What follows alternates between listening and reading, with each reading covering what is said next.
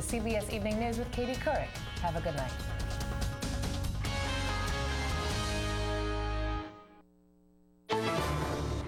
Tonight, President Obama comes to London to join 19 other world leaders ready to take on the biggest economic challenges of our time. I'm Katie Couric at the G20 summit. Also tonight, the clock is ticking on General Motors. With 60 days to turn the company around, what GM and the government are doing to get you to buy a car. A new food scare. The government says don't eat anything containing pistachios. It could be contaminated with salmonella. And the battle for headlines in London. A summit rated G versus a scandal rated X.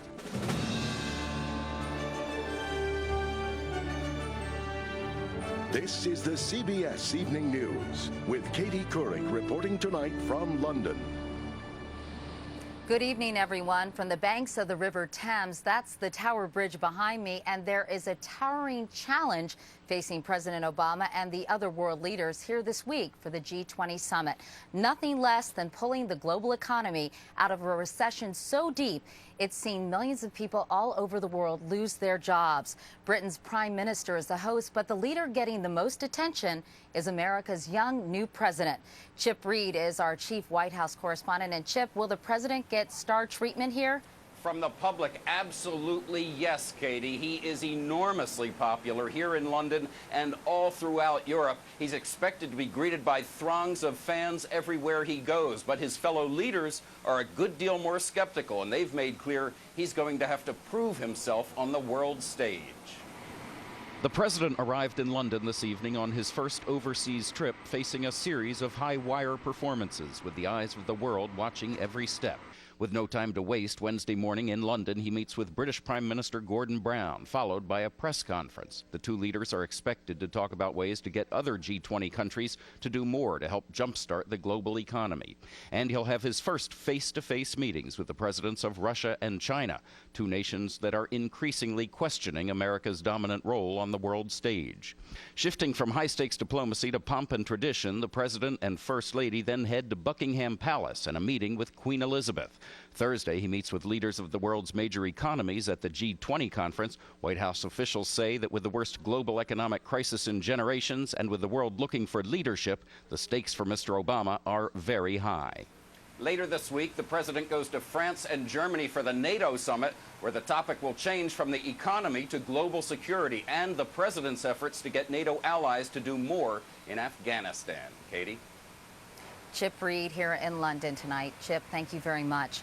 The president is, of course, making his debut on the world stage. The pressure on him is enormous as America's influence is challenged and his powers of persuasion are put to the test.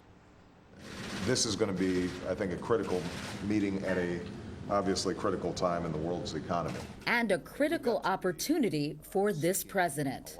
I think President Obama is going to get a fantastic welcome in Europe, not just for who he is, but for what he represents. What he represents to many countries overseas is a departure from the Bush administration, which alienated some foreign governments early on with its rejection of global warming initiatives and its national security positions. It may be a fresh start, but the current president's approval ratings will only take him so far. Barack Obama is still extraordinarily popular at the street level throughout Europe, but I don't think it's going to translate into the governmental level. They're going to push back because for them, basic questions of dollars and cents, of economics, are far more important than anything to do with the United States. Several thorny issues will dominate the discussions. The White House is pushing for other countries to adopt their own stimulus plans, similar to the $787 billion package passed in the U.S. There you go.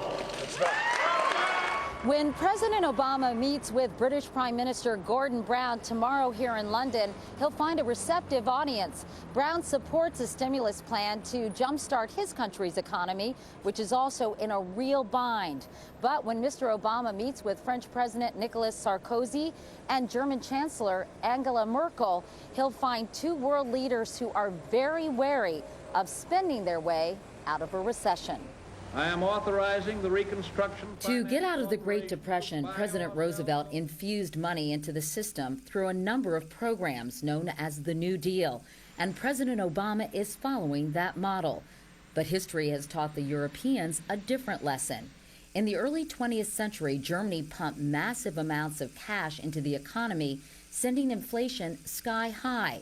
The German people lost faith in their government, and that led to the rise of Hitler, fascism, and World War II. Today, they fear inflation more than almost anything. We're not on the same page as the Europeans. The United States is focusing much more on stimulus packages. The Europeans are worried this will simply rekindle inflation. For their part, the Europeans are much more focused on things like regulatory reform. The Europeans are calling for an international banking super cop to monitor the financial system worldwide, but the U.S. is unlikely to support such a plan. Meanwhile, the International Monetary Fund, or IMF, will also be high on the agenda. Nations will be asked to donate more to the fund so it can support struggling countries. There are no quick fixes, and there are no silver bullets. Meeting the heads of emerging economic powers like China and Russia may be the most challenging and delicate task for a president with limited foreign policy experience. Both countries have recently antagonized the U.S. by calling for a global currency to replace the U.S. dollar. What they're basically saying is, hey, you Americans can't have it both ways. You've either got to give the rest of us a say in how many dollars you print, or you may have to get used to the idea of something else besides the dollar. And China's new assertiveness on this and other issues makes it a powerful new voice in this, the 10th year of the G20. All these things seem to point to the fact that the United States is watching its importance in the world decline rather significantly. It's the fact that you have 20 countries meeting tells you something. The United States is simply one of the 20, yes, the most powerful, but others are beginning to assert their role on the world stage much more forcefully. Now to news happening away from this summit. There was fierce fighting today in southern Afghanistan, where officials say coalition forces killed 30 Taliban fighters and wounded 17 others. Meanwhile, representatives from more than 70 countries gathered today in the Netherlands to discuss Afghanistan's future. At least that was the plan. Our chief foreign affairs correspondent, Lara Logan, is in The Hague tonight. The conference was supposed to be all about Afghanistan. It ended up being about much more. Secretary Clinton said U.S. and Iranian diplomats met informally, and they will stay in touch. One of two contacts with the Iranian delegation. The second, a plea for help for 3 U.S. citizens, 2 of them detained, 1 missing. It was a letter to the government of Iran, seeking both information and assistance about our 3 American citizens. The Iranians did promise to cooperate in Afghanistan, but couldn't resist taking aim at the U.S. The presence of foreign forces has not improved things in the country, and it seems that an increase in the number of foreign forces will prove ineffective too. The Afghan president, Hamid Karzai, said there was still a long way to go. One key issue: Afghanistan's illegal opium trade. It provides 90% of the world's supply. Hundreds of Afghan policemen have sacrificed their lives in eradication of crops, interdiction, and bringing criminals to justice. As the delegates spoke, so too did one of the most wanted Taliban leaders.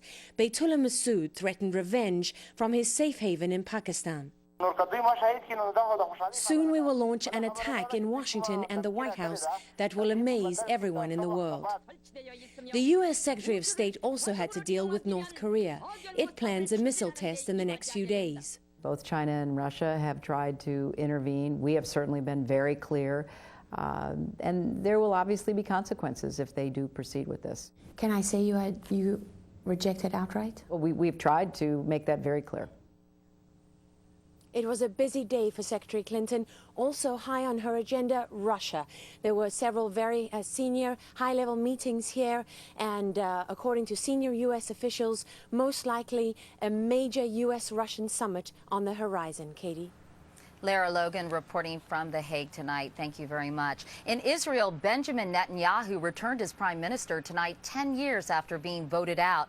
Netanyahu was able to put together a coalition dominated by hardliners following last month's close election. But tonight, he softened his campaign rhetoric, saying Israel seeks peace with the Arab and Muslim world.